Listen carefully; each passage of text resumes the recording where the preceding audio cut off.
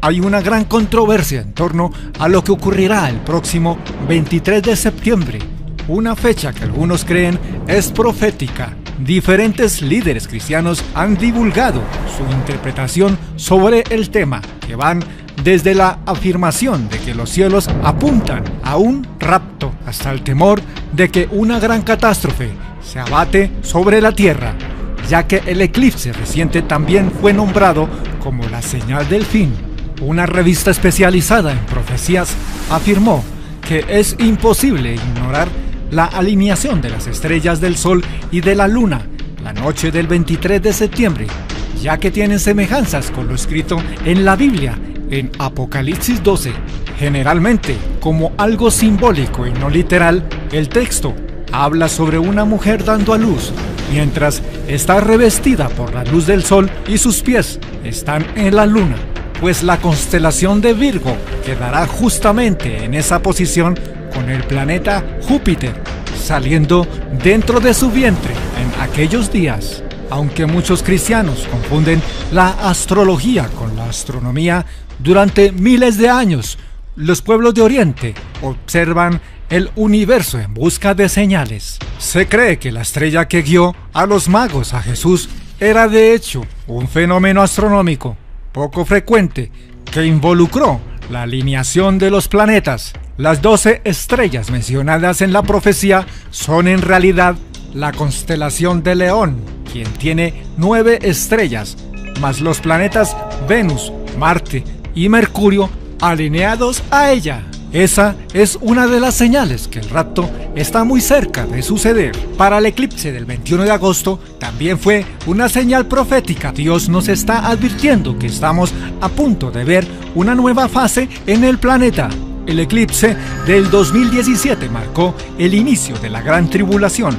El próximo eclipse, que será en 2024, marcará el final de este periodo de 7 años que muchos creen ser detallados en la Biblia. Aunque pueda parecer una coincidencia, del 2017 al 2024 tiene mucho sentido. La secuencia de huracanes y terremotos seguidos observados en las últimas semanas también viene siendo señales como señales del fin. Hay una serie de videos que circulan por internet e incluso católicos han debatido el tema. Sin embargo, los críticos señalan que hubo mucha especulación acerca de las lunas de sangre que aparecían sobre Israel en determinadas fechas bíblicas, pero nada ocurrió. Luego de la aparición de la cuarta luna de sangre, Rusia pasó a llevar sus tropas y armamentos pesados hacia el Oriente Medio. Por lo tanto, se cree que era el presagio de una guerra contra Israel. Los rusos llevaron sus fuerzas militares hacia el Oriente Medio. El capítulo 38 del libro de Ezequiel afirma a los judíos que cuando el rey del norte saliera del norte, yo los traeré de la tierra del norte. Entonces, nos estamos preparando para asistir al comienzo de la guerra de Gog y Magog. Rusia no saldrá del Oriente Medio. Ellos se unirán a Irán para reunir un gran ejército que intentará hacer una invasión al Estado de Israel por vía terrestre. La profecía bíblica señala la guerra de Siria como una señal del tiempo del fin. Cristianos fundamentalistas relacionan el eclipse con el Apocalipsis. Según un grupo de cristianos fundamentalistas, este eclipse de agosto del 2017 indica el inicio del Apocalipsis bíblico. Sabemos que los días de nuestro planeta pudieran estar contados, por cuanto vivimos en el tiempo del fin, en los cuales, según las profecías, el mundo quedará desolado y vacío, para ser purificado por un periodo de 1000 años que culminará con el descenso de la Nueva Jerusalén sobre el Monte de los Olivos. Sin embargo, previo a este desenlace definitivo, está señalado proféticamente que la humanidad debe atravesar una serie de calamidades, entre las que se destacan los horrores y la destrucción de la guerra. En Siria, de cuya ciudad capital la Biblia predijo que sería convertida en un montón de escombros. Los cristianos están citando a la Biblia como su principal fuente de pruebas. Las escrituras del libro del Apocalipsis apoyan su teoría. Los teóricos de la conspiración han señalado pasajes del libro de Apocalipsis para apoyar sus predicciones. Han destacado pasajes que describen a una mujer vestida con el sol, con la luna a sus pies. Las escrituras dicen que la mujer será cazada por un dragón satánico de 7 cabezas que busca devorar a su hijo aún no nato. Las señales están a la vista de cada uno de nosotros. De hecho, todo parece indicar que estamos viviendo en el último siglo de nuestro mundo, o quizás en la última década. Los teóricos de la conspiración también han señalado el nacimiento de Israel como Estado en el 1947 para apoyar su teoría. Dan importancia a este hecho, mencionando que el año 2017 marca el paso de una generación bíblica, 70 años desde que sucedió. Por ello, te invitamos a advertir a tus amigos de esta dramática situación compartiendo el presente artículo en todas tus redes sociales. Está por venir, damas y caballeros, un juicio. Está por venir el día cuando todo lo que los hombres han soñado, han tramado y han vendido sus almas para alcanzar, se volverá herrumbre, polvo, moho y corrupción. Vendrá el momento cuando Dios pondrá el punto final en la última frase, en el último párrafo, en la última página, en el último capítulo, en el último libro de la historia, como la conocemos. El tiempo tal y como lo conocemos llegará a su conclusión. El milenio se habrá acabado y los muertos resucitarán para ser juzgados, uno por uno, para estar de pie ante el Señor Jesucristo y comparecer ante el juicio final. Apocalipsis capítulo 20. Por favor, búscalo en su Biblia. Empezaremos a leer en el versículo 11 y vamos a permanecer principalmente en este pasaje. Citaré otros pasajes, mas puede mantener su Biblia abierta en Apocalipsis capítulo 20, desde el versículo 11 hasta el 15. Esta es la visión que Dios dio al apóstol Juan del juicio final. Y esto es lo que él vio al mirar el futuro. Y vi un gran trono blanco, y al que estaba sentado en él, de delante del cual huyeron la tierra y el cielo, y ningún lugar se encontró para ellos. Y vi a los muertos, grandes y pequeños, de pie ante Dios, y los libros fueron abiertos. Y otro libro fue abierto, el cual es el libro de la vida. Y fueron juzgados los muertos por las cosas que estaban escritas en los libros, según sus obras. Y el mar entregó los muertos que había en él, y la muerte y el Hades entregaron los muertos que había en ellos, y fueron juzgados, cada uno según sus obras. Y la muerte y el Hades fueron lanzados al lago de fuego.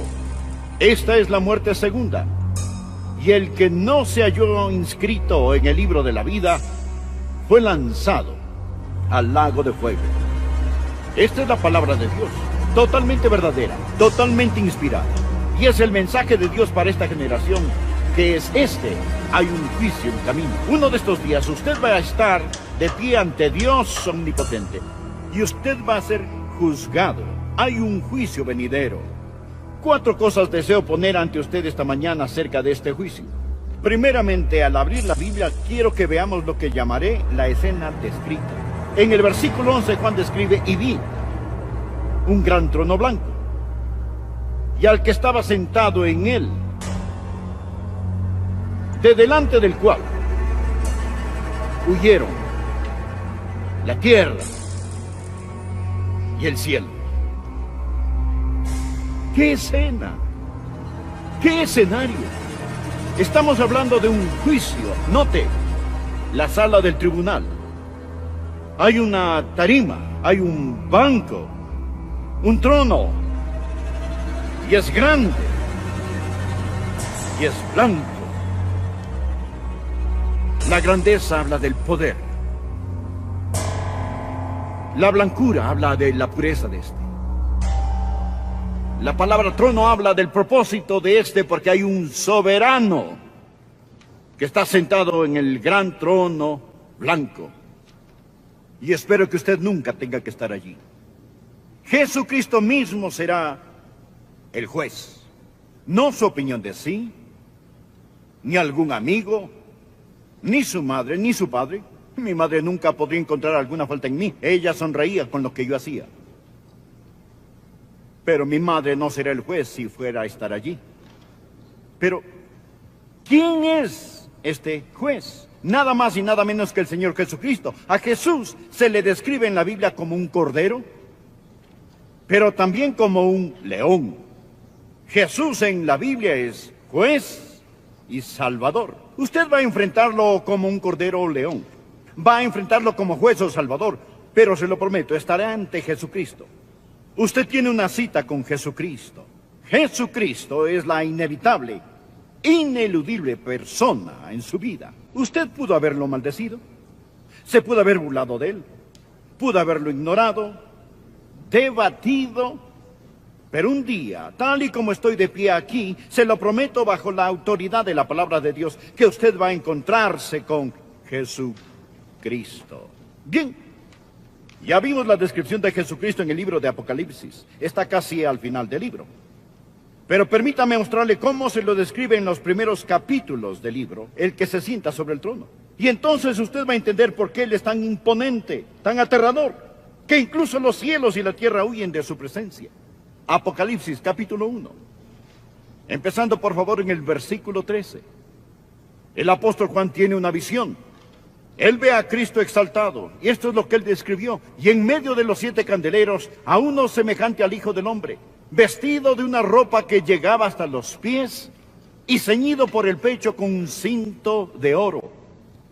Su cabeza y sus cabellos eran blancos como blanca lana, como nieve, sus ojos como llamas de fuego, y sus pies semejantes al bronce bruñido, refulgentes como en un horno, y su voz con un estruendo de muchas aguas. Tenía en su diestra 7 estrellas, de su boca salía una espada aguda de 2 filos, y su rostro era como el sol cuando resplandece en su fuerza. Ese, mi amigo, es el que se sienta sobre el trono. Él viste las túnicas reales de un rey y de un juez. Su pelo blanco como la lana habla de su pureza absoluta. Sus ojos como llamas de fuego significan que no solo él ve, sino que él ve a través de usted. Él conoce todo acerca de usted. La Biblia dice, no hay cosa creada que no sea manifiesta en su presencia. Antes bien, todas las cosas están desnudas y abiertas a los ojos de aquel a quien tenemos que dar cuenta. Él no puede ser engañado ni desacreditado, ni se puede discutir con él. Sus pies son como bronce fino. Bronce en la Biblia es un símbolo de juicio. Él va a juzgar implacablemente. Él es incontenible. Su voz es como estruendo de muchas aguas. Cuando habla es como 100 cataratas. Podría imaginarse a alguien discutiendo con las cataratas del Niágara. Este es el que está sentado en el trono. Con razón que dice, de delante, del cual huyeron la tierra y el cielo. Existe un gran trono blanco.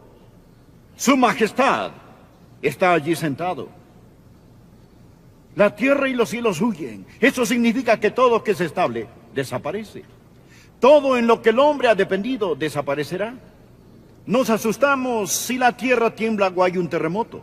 Decimos, es un sentimiento raro, estoy acostumbrado a que la tierra esté sólida. Amigo, no habrá nada sólido. La tierra, los cielos huirán. Adán huyó para esconderse de Dios entre los árboles del huerto. No habrá ningún huerto donde esconderse. Ese es lo primero que quiero que vea. Y grábese en su corazón, amigo, esto no es ficción. Y vi un gran trono blanco, y al que estaba sentado en él, de delante del cual huyeron la tierra y el cielo. Lo segundo que quiero que usted vea. No solo deseo que vea la escena descrita, sino también la entrega de la citación. Dios va a mandar una citación para reunir a aquellos que serán juzgados. Mire en los versículos 12 y 13. El apóstol Juan dijo, y vi a los muertos, grandes y pequeños, de pie ante Dios, y los libros fueron abiertos. Ahora adelantémonos al versículo 13. La Biblia dice, y el mar entregó los muertos que había en él, y la muerte y el Hades entregaron los muertos que había en ellos, y fueron juzgados. Subraye eso, por favor, subráyelo. Cuando Dios mande sus citaciones, Él no tiene que conseguir una extradición de la muerte. ni el infierno. Cuando Él dice vengan, entonces ellos vendrán. Y note los que van a ser convocados a este juicio. Note los citados. Él dijo, y vi a los muertos, escúcheme, grandes y pequeños, de pie ante Dios. No sé cuán insignificante usted piensa que es, o cuán poderoso se imagina que usted sea. Pero sin Jesucristo, se lo garantizo con la palabra de Dios, que uno de estos días, sea usted un individuo grande o un individuo pequeño, afluente o mendigo, famoso o desconocido, usted va a estar de pie ante Dios. Usted dirá, bueno, ¿es justo que Dios permita que alguien que nunca oyó el Evangelio muera y vaya al infierno? ¿Son ellos salvos, pastor, si nunca oyeron? La pregunta importante ¿es usted salvo si no quiere compartirles? No, la Biblia enseña que sin Jesucristo van a ser juzgados, pero no serán juzgados de la misma manera que usted. Escuche por favor Lucas capítulo 12, versículo 47. Aquel siervo que conociendo la voluntad de su Señor no se preparó, ni hizo conforme a su voluntad, recibirá muchos azotes. Mas el que sin conocerla hizo cosas dignas de azotes, será azotado poco. Porque a todo aquel a quien se haya dado mucho, mucho se le demandará. Usted está escuchando la palabra de Dios. Ha escuchado que Jesús salva. Usted escucha a un pastor predicar un mensaje por el cual él ha orado, lo ha empapado en oración. Usted oirá a alguien con lágrimas en los ojos rogarle, implorarle, venga Jesús. Si aquellos que nunca escucharon van a comparecer y ser juzgados, ¿qué va a pasar con usted? ¿Qué le va a pasar a usted? A usted que conocía la voluntad de su amo y no la hizo. Y vi a los muertos, grandes y pequeños, de pie ante Dios.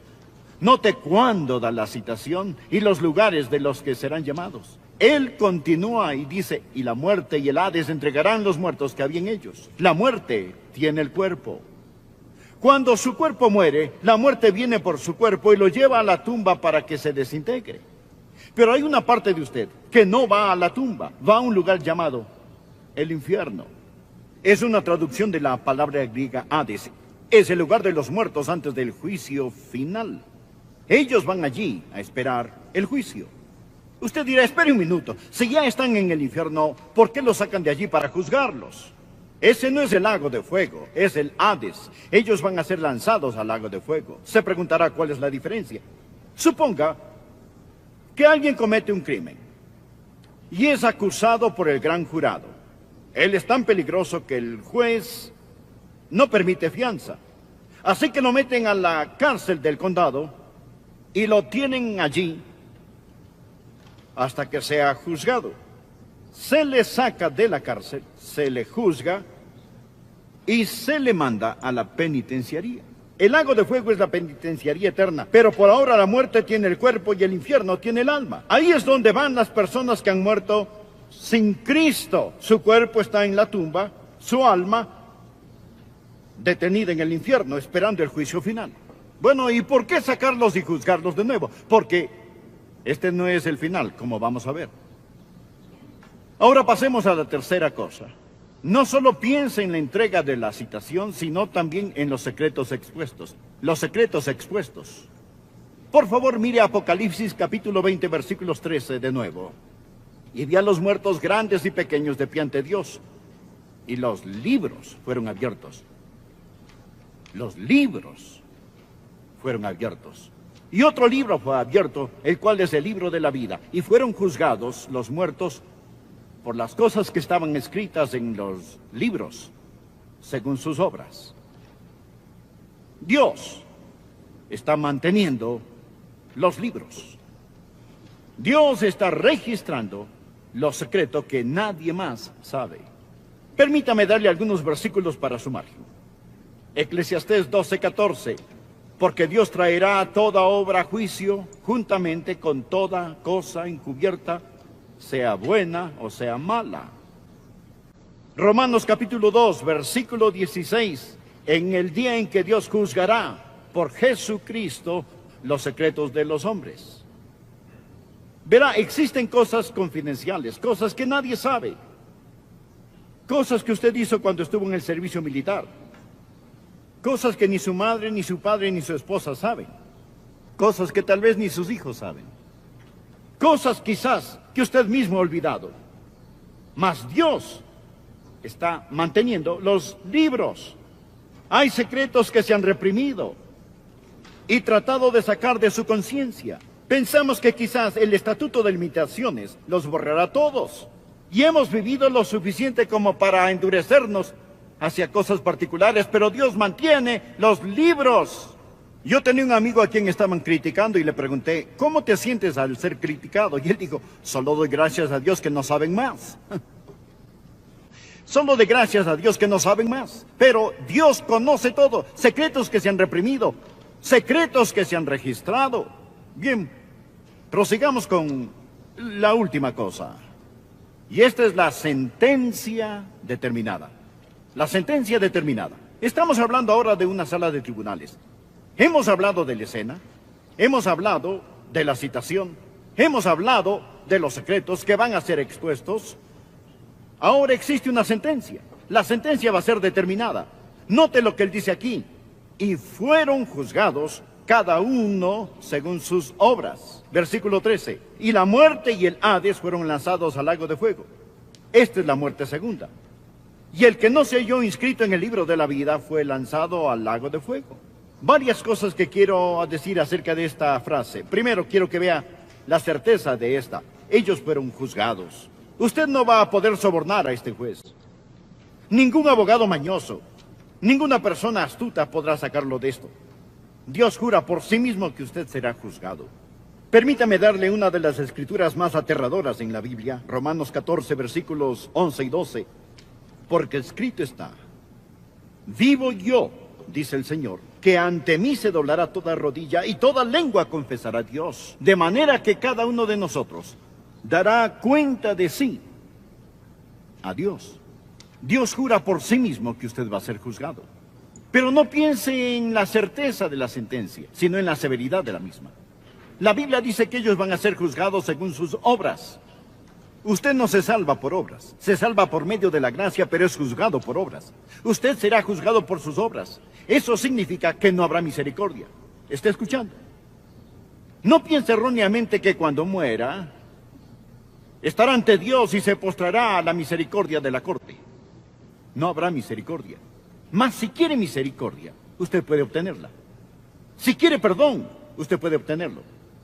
Si quiere gracia, se le ofrece libremente, pero debe obtenerla en este día y en este tiempo. Cuando usted oye la predicación del Evangelio y rechace el Evangelio, no tenga el descaro, la osadía de comparecer ante Dios en el juicio y suplicar por misericordia. Permítame darle otra cita. Hebreos 10, versículos 28 al 31. El que viola la ley de Moisés por el testimonio de 2 o 3 testigos muere irremisiblemente. ¿Cuánto mayor castigo pensáis que merecerá el que pisoteare al Hijo de Dios y tuviere por inmunda la sangre del pacto en la cual fue santificado e hiciere afrenta al Espíritu de gracia? Pues conocemos al que dijo, mía es la venganza, yo daré el pago, dice el Señor. Y otra vez, el Señor juzgará a su pueblo. Horrenda cosa es caer en manos del Dios vivo. Lo que él está diciendo es esto. Si aquellos que desprecian la ley mosaica del Antiguo Testamento serán juzgados sin misericordia, ¿cuánto mayor castigo, más severo castigo será para aquel que ha hecho esto? El que ha ridiculizado a Jesús, ha pisoteado la sangre preciosa de Jesucristo, ha despreciado al Espíritu de gracia. ¿Me escucha? Le estoy predicando a Jesús. El Espíritu Santo de Dios está hablándole a su corazón. Y usted, después de escuchar este mensaje, estará o bajo la sangre, habiendo recibido el perdón de sus pecados, o sobre la sangre, pisoteando la sangre de Jesús bajo sus pies. Cuando usted hace eso, si usted dice, yo no quiero a Dios, no quiero a Cristo, no quiero ser salvo, no al Espíritu Santo. Usted desprecia al Espíritu de gracia. Y al llegar al juicio, ahí sí suplicará por misericordia, no le servirá de nada. La Biblia dice, está establecido para los hombres que mueran una sola vez y después de esto el juicio. Allí no habla de misericordia. Usted va a ser juzgado según sus obras. Todo juicio tiene tres partes. Primero se presenta la evidencia. Los libros se abren. ¿Cuál es la evidencia? Sus obras. Toda mentira, toda maldición, todo robo, toda cana que le sacó a su madre, toda arruga que puso en la frente de su papá, toda infidelidad. Luego los pensamientos. Dios anotó la lujuria como adulterio. Dios anotó el odio como asesinato y después su influencia. No solo lo que usted hizo, sino a aquellos que influenció para hacer el mal. Y posteriormente su falla en no hacer lo bueno. Al que sabe hacer lo bueno y no lo hace es pecado. La gran luz que usted tenía y la rechazó, todo esto será evidencia que se presente en su contra. Una montaña sucia, apestosa de pecado que se presente en su contra. Pecados que he olvidado, pecados que están allí. La evidencia se presentará contra usted. Y luego usted tiene la oportunidad de presentar su defensa. Ahora piénselo. Usted presenta su defensa. ¿Cuál será su defensa? Suponga que la hora del juicio ha llegado. Y usted comparece ante el Señor. ¿Cuál será su defensa? Es decir, allí está usted ante Jesucristo. Usted lo ha ignorado, lo ha maldecido, lo ha abandonado, le ha dado la espalda a Él. ¿Qué le dirá? Oh, yo sé lo que usted dirá. Espere un minuto, Señor. Espere un minuto, Señor.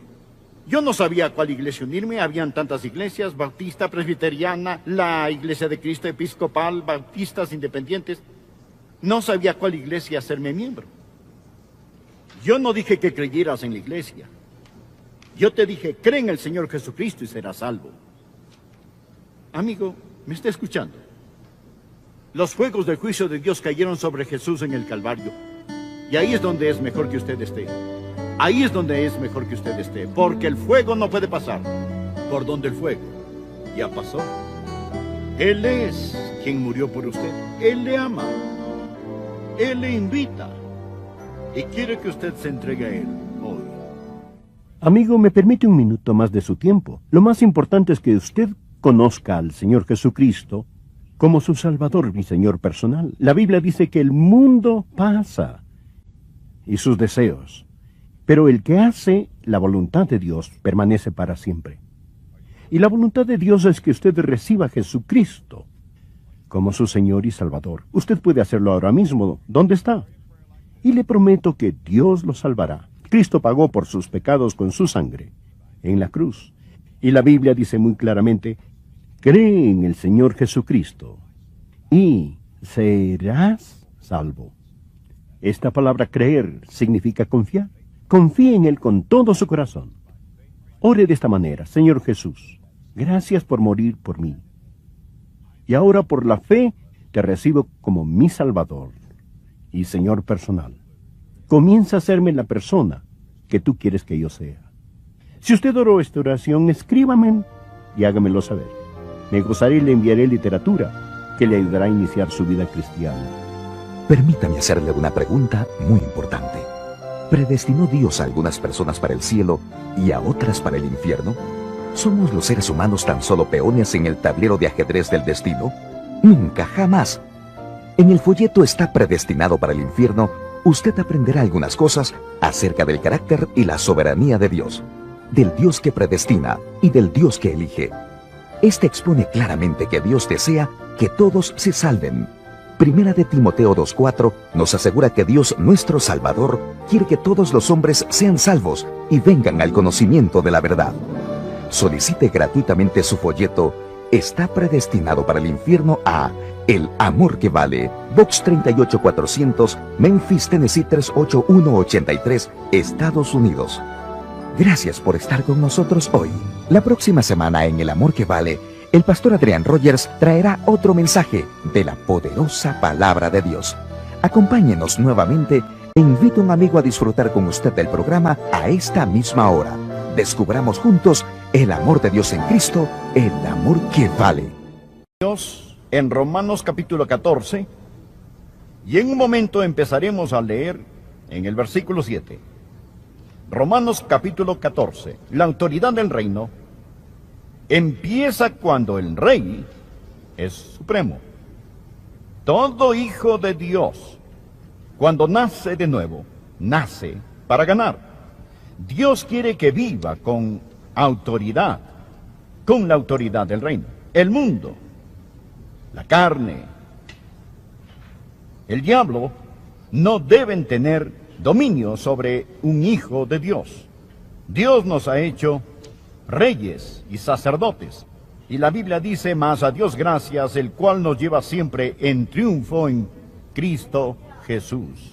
Pero no puede haber dominio ni reinado en esta vida hasta que nos sometamos a la autoridad que Dios ha puesto sobre nosotros. Y esta se resume en estas palabras: Jesús es Señor. Amén. Jesús es Señor. La autoridad del reino nunca se otorga a los rebeldes. Y si se rebela contra el rey, nunca conocerá la autoridad del rey en su vida. Por favor, leamos Romanos capítulo 14, empezando con el versículo 7. Porque ninguno de nosotros vive para sí, y ninguno muere para sí. Esto quiere decir que no somos independientes o autónomos. Ninguno muere para sí mismos. Pues si vivimos, para el Señor vivimos. Y si morimos, para el Señor morimos. Así pues, sea que vivamos o que muramos, del Señor somos. Porque Cristo para esto murió y resucitó. Y volvió a vivir para ser Señor, así de los muertos como de los que viven. Pero tú, ¿por qué juzgas a tu hermano? O tú también, ¿por qué menosprecias a tu hermano? Porque todos compareceremos ante el tribunal de Cristo. Porque escrito está: vivo yo, dice el Señor, que ante mí se doblará toda rodilla, y toda lengua confesará a Dios. De manera que cada uno de nosotros dará a Dios cuenta de sí. Lo que había pasado es esto. En la iglesia de Roma, los creyentes habían empezado a juzgarse entre sí. Estaban criticándose acerca de cosas donde habían opiniones válidas y diferentes. Acerca de días, dietas, conductas particulares. Y lo que el apóstol Pablo dijo en este capítulo que habla acerca de estas cosas que son dudosas fue lo siguiente: por favor, quiten su mirada de los demás. Dejen de juzgar. Dejen de criticarse entre sí. No es su opinión acerca de ellos la que cuenta, ni lo que ellos piensan de usted lo que cuenta. Recuerde esto: usted pertenece a Jesús. Él es Señor. Él es Señor. Es por eso que Él lo puso en medio de este pasaje. Una de las peores cosas que podría pasar en una iglesia es que quitemos nuestra mirada de Jesús y la pongamos en los demás. Amén. Jesús es Señor. Si vivimos o si morimos, pertenecemos a Jesucristo, porque Él murió y resucitó de nuevo, y por eso Él es Señor. ¿Qué significa la palabra Señor?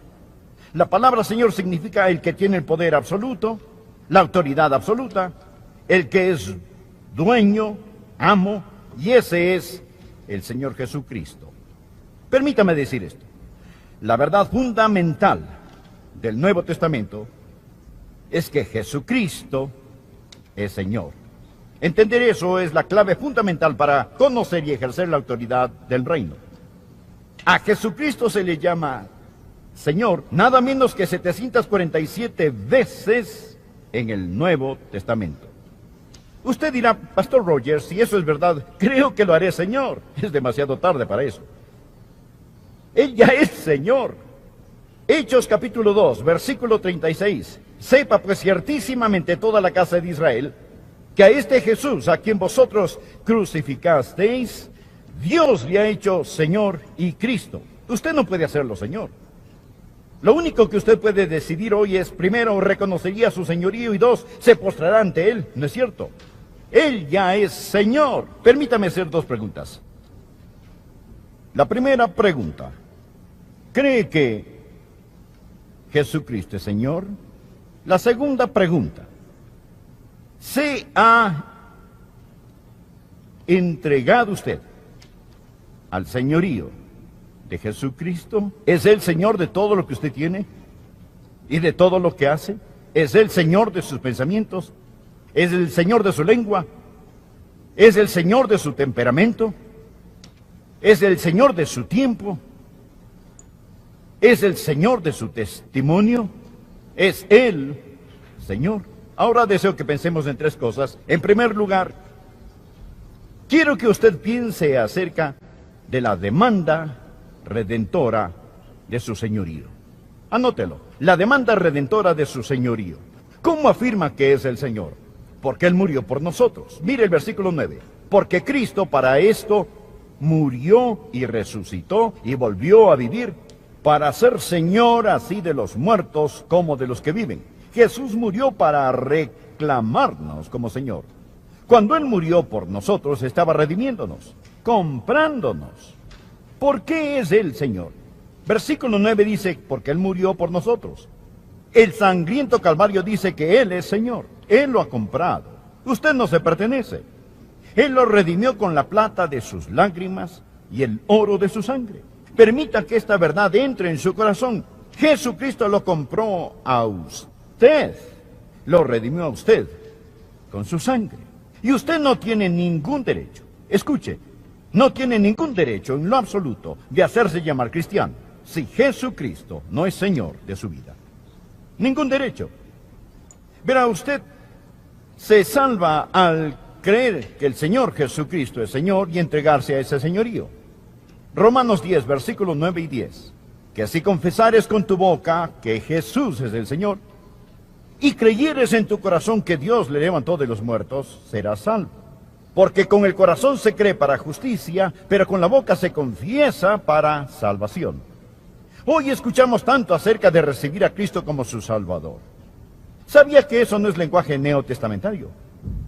La Biblia no habla acerca de recibir a Cristo como su Salvador. Él es Salvador. Usted recibe a Cristo, quien es también Señor. La Biblia dice, cree en el Señor Jesucristo y será salvo. Usted dirá, ¿cuál es la diferencia? Bien, cuando Joyce y yo nos casamos fue un día maravilloso. Suponga que el predicador me hubiera preguntado, ¿toma a Joyce como su legítima esposa? Imagínese que hubiera respondido, la tomo como servicio doméstico. Tengo la vaga impresión de que no me hubiera casado. Tomo a Joyce, es decir, todo lo que ella es. Verá, yo le dije a ella y a ese predicador, sí, la tomo. Y he pasado varios años aprendiendo lo que hice. Ahora, yo di todo mi ser a todo su ser. No entendía de qué se trataba el matrimonio, aún estoy aprendiendo de qué se trata. Cuando di mi corazón a Jesús, no entendía de qué se trataba todo. Pero yo no me entregué con los dedos cruzados a mis espaldas. Yo di todo lo que conocía de mi ser a todo lo que conocía de Jesús. Yo le dije sí, a Él. Yo tomé a Jesús y usted también debe hacerlo. Él es Señor. Se lo digo de corazón. Escúcheme. No crea que la salvación es como una línea de la cafetería donde usted dice, hoy tomaré un poco de salvación, pero nada de señorío, gracias. Jesucristo es Señor. Que si confesares con tu boca que Jesús es el Señor y creyeres en tu corazón que Dios le levantó de los muertos, serás salvo. Y usted no puede tener lo que Él da a menos que acepte quién es Él. Él es Señor. Ahora, amigo, uno de los más grandes predicadores ha sido Carlos Haddon Spurgeon. Vale la pena escuchar lo que él dijo. Si el converso declara que él conoce la voluntad del Señor, pero no le presta atención, es su deber asegurarle que no es salvo. No piensen que el Evangelio es magnificado o Dios es glorificado al ir a los mundanos y decirles que se pueden salvar en ese momento simplemente al aceptar a Cristo como su Salvador. mientras están casados a sus ídolos con sus corazones, y sus corazones aún están enamorados del pecado. Si hago eso, les digo una mentira, pervierto el Evangelio, insulto a Cristo, convierto la gracia de Dios en lascivia. No es Cristo y, es Cristo o. Según las profecías, el mundo quedará desolado y vacío, para ser purificado por un periodo de 1000 años que culminará con el descenso de la Nueva Jerusalén sobre el Monte de los Olivos. Sin embargo, previo a este desenlace definitivo, está señalado proféticamente que la humanidad debe atravesar una serie de calamidades, entre las que se destacan los horrores y la destrucción de la guerra. En Siria, de cuya ciudad capital la Biblia predijo que sería convertida en un montón de escombros. Los cristianos están citando a la Biblia como su principal fuente de pruebas. Las escrituras del libro del Apocalipsis apoyan su teoría. Los teóricos de la conspiración han señalado pasajes del libro de Apocalipsis para apoyar sus predicciones. Han destacado pasajes que describen a una mujer vestida con el sol, con la luna a sus pies. Las escrituras dicen que la mujer será cazada por un dragón satánico de 7 cabezas que busca devorar a su hijo aún no nato. Las señales están a la vista de cada uno de nosotros.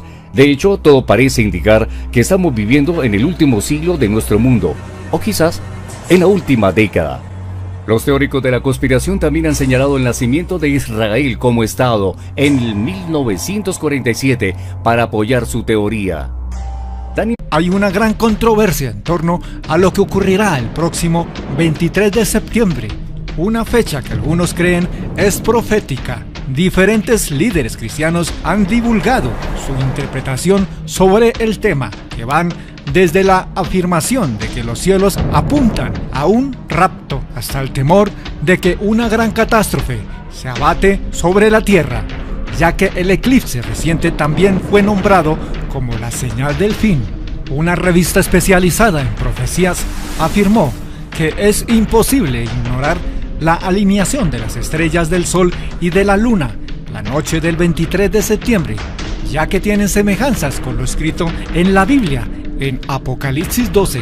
Generalmente, como algo simbólico y no literal, el texto habla sobre una mujer dando a luz, mientras está revestida por la luz del Sol y sus pies están en la Luna, pues la constelación de Virgo quedará justamente en esa posición con el planeta Júpiter saliendo dentro de su vientre en aquellos días. Aunque muchos cristianos confunden la astrología con la astronomía, durante miles de años los pueblos de Oriente observan el universo en busca de señales. Se cree que la estrella que guió a los magos a Jesús era de hecho un fenómeno astronómico poco frecuente que involucró la alineación de los planetas. Las 12 estrellas mencionadas en la profecía son en realidad la constelación de León, quien tiene 9 estrellas, más los planetas Venus, Marte y Mercurio alineados a ella. Esa es una de las señales que el rapto está muy cerca de suceder. Para el eclipse del 21 de agosto también fue una señal profética. Dios nos está advirtiendo que estamos a punto de ver una nueva fase en el planeta. El eclipse del 2017 marcó el inicio de la gran tribulación. El próximo eclipse, que será en 2024, marcará el final de este periodo de 7 años que muchos creen ser detallados en la Biblia. Aunque pueda parecer una coincidencia, del 2017 al 2024 tiene mucho sentido. La secuencia de huracanes y terremotos seguidos observados en las últimas semanas también viene siendo señales como señales del fin. Hay una serie de videos que circulan por internet e incluso católicos han debatido el tema. Sin embargo, los críticos señalan que hubo mucha especulación. Importancia a este hecho, mencionando que el año 2017 marca el paso de una generación bíblica, 70 años desde que sucedió. Por ello, te invitamos a advertir a tus amigos de esta dramática situación compartiendo el presente artículo en todas tus redes sociales. Está por venir, damas y caballeros, un juicio. Está por venir el día Cuando todo lo que los hombres han soñado, han tramado y han vendido sus almas para alcanzar, se volverá herrumbre, polvo, moho y corrupción. Vendrá el momento cuando Dios pondrá el punto final en la última frase, en el último párrafo, en la última página, en el último capítulo, en el último libro de la historia, como la conocemos. El tiempo tal y como lo conocemos llegará a su conclusión. El milenio se habrá acabado y los muertos resucitarán para ser juzgados, uno por uno, para estar de pie ante el Señor Jesucristo y comparecer. Acerca de las lunas de sangre que aparecían sobre Israel en determinadas fechas bíblicas, pero nada ocurrió. Luego de la aparición de la cuarta luna de sangre, Rusia pasó a llevar sus tropas y armamentos pesados hacia el Oriente Medio. Por lo tanto, se cree que era el presagio de una guerra contra Israel. Los rusos llevaron sus fuerzas militares hacia el Oriente Medio. El capítulo 38 del libro de Ezequiel afirma a los judíos que cuando el rey del norte saliera del norte, yo los traeré de la tierra del norte. Entonces, nos estamos preparando para asistir al comienzo de la guerra de Gog y Magog. Rusia no saldrá del Oriente Medio. Ellos se unirán a Irán para reunir un gran ejército que intentará hacer una invasión al Estado de Israel por vía terrestre. La profecía bíblica señala la guerra de Siria como una señal del tiempo del fin. Cristianos fundamentalistas relacionan el eclipse con el apocalipsis. Según un grupo de cristianos fundamentalistas, este eclipse de agosto del 2017 indica el inicio del apocalipsis bíblico. Sabemos que los días de nuestro planeta pudieran estar contados, por cuanto vivimos en el tiempo del fin, en los cuales 347 para apoyar su teoría. Dan importancia a este hecho, mencionando que el año 2017 marca el paso de una generación bíblica, 70 años desde que sucedió. Por ello, te invitamos a advertir a tus amigos de esta dramática situación compartiendo el presente artículo en todas tus redes sociales. Está por venir, damas y caballeros, un juicio. Está por venir el día cuando todo lo que los hombres han soñado, han tramado y han vendido sus almas para alcanzar, se volverá herrumbre, polvo, moho y corrupción. Vendrá el momento cuando Dios pondrá el punto final en la última frase, en el último párrafo, en la última página, en el último capítulo, en el último libro de la historia, como la conocemos. El tiempo tal y como lo conocemos llegará a su conclusión.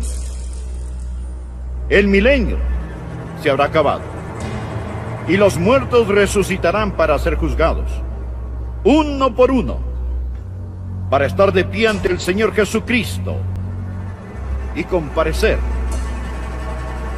ante el juicio final. Apocalipsis capítulo 20. Por favor, búscalo en su Biblia. Empezaremos a leer en el versículo 11 y vamos a permanecer principalmente en este pasaje. Citaré otros pasajes, mas puede mantener su Biblia abierta en Apocalipsis capítulo 20, desde el versículo 11. La invasión al Estado de Israel por vía terrestre. La profecía bíblica señala la guerra de Siria como una señal del tiempo del fin. Cristianos fundamentalistas relacionan el eclipse con el apocalipsis. Según un grupo de cristianos fundamentalistas, este eclipse de agosto del 2017 indica el inicio del apocalipsis bíblico. Sabemos que los días de nuestro planeta pudieran estar contados, por cuanto vivimos en el tiempo del fin, en los cuales, según las profecías, el mundo quedará desolado y vacío, para ser purificado por un periodo de 1000 años que culminará con el descenso de la Nueva Jerusalén sobre el Monte de los Olivos. Sin embargo, previo a este desenlace definitivo, está señalado proféticamente que la humanidad debe atravesar una serie de calamidades, entre las que se destacan los horrores y la destrucción de la guerra. En Siria, de cuya ciudad capital la Biblia predijo que sería convertida en un montón de escombros. Los cristianos están citando a la Biblia como su principal fuente de pruebas. Las escrituras del libro del Apocalipsis apoyan su teoría. Los teóricos de la conspiración han señalado pasajes del libro de Apocalipsis para apoyar sus predicciones. Han destacado pasajes que describen a una mujer vestida con el sol, con la luna a sus pies. Las escrituras dicen que la mujer será cazada por un dragón satánico de 7 cabezas que busca devorar a su hijo aún no nato. Las señales están a la vista de cada uno de nosotros.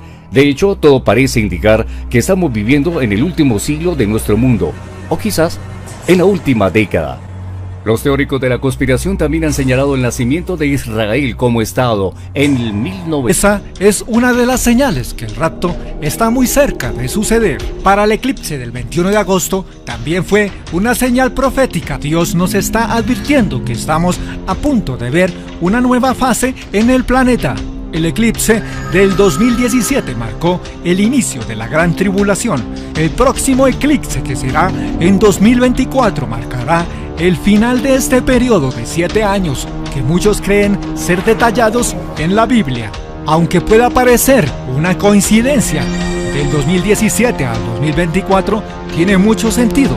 La secuencia de huracanes y terremotos seguidos observados en las últimas semanas también viene siendo señales como señales del fin. Hay una serie de videos que circulan por internet e incluso católicos han debatido el tema. Sin embargo, los críticos señalan que hubo mucha especulación acerca de las lunas de sangre que aparecían sobre Israel en determinadas fechas bíblicas, pero nada ocurrió.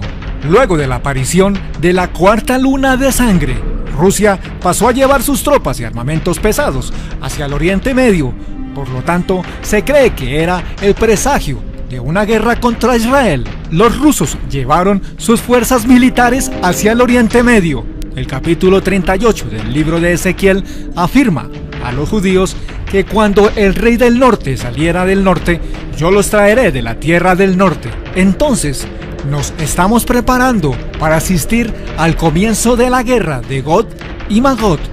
Rusia no saldrá del Oriente Medio. Ellos se unirán a Irán para reunir un gran ejército que intentará hacer una... Hay una gran controversia en torno a lo que ocurrirá el próximo 23 de septiembre, una fecha que algunos creen es profética. Diferentes líderes cristianos han divulgado su interpretación sobre el tema, que van desde la afirmación de que los cielos apuntan a un rapto hasta el temor de que una gran catástrofe se abate sobre la tierra, ya que el eclipse reciente también fue nombrado como la señal del fin. Una revista especializada en profecías afirmó que es imposible ignorar la alineación de las estrellas del Sol y de la Luna la noche del 23 de septiembre, ya que tienen semejanzas con lo escrito en la Biblia en Apocalipsis 12. Generalmente, como algo simbólico y no literal, el texto habla sobre una mujer dando a luz, mientras está revestida por la luz del sol y sus pies están en la luna, pues la constelación de Virgo quedará justamente en esa posición con el planeta Júpiter saliendo dentro de su vientre en aquellos días. Aunque muchos cristianos confunden la astrología con la astronomía, durante miles de años los pueblos de Oriente observan el universo en busca de señales. Se cree que la estrella que guió a los magos a Jesús era de hecho un fenómeno astronómico poco frecuente que involucró la alineación de los planetas. Las 12 estrellas mencionadas en la profecía son en realidad la constelación de León, quien tiene 9 estrellas, más los planetas Venus, Marte y Mercurio alineados a ella. Hasta el 15.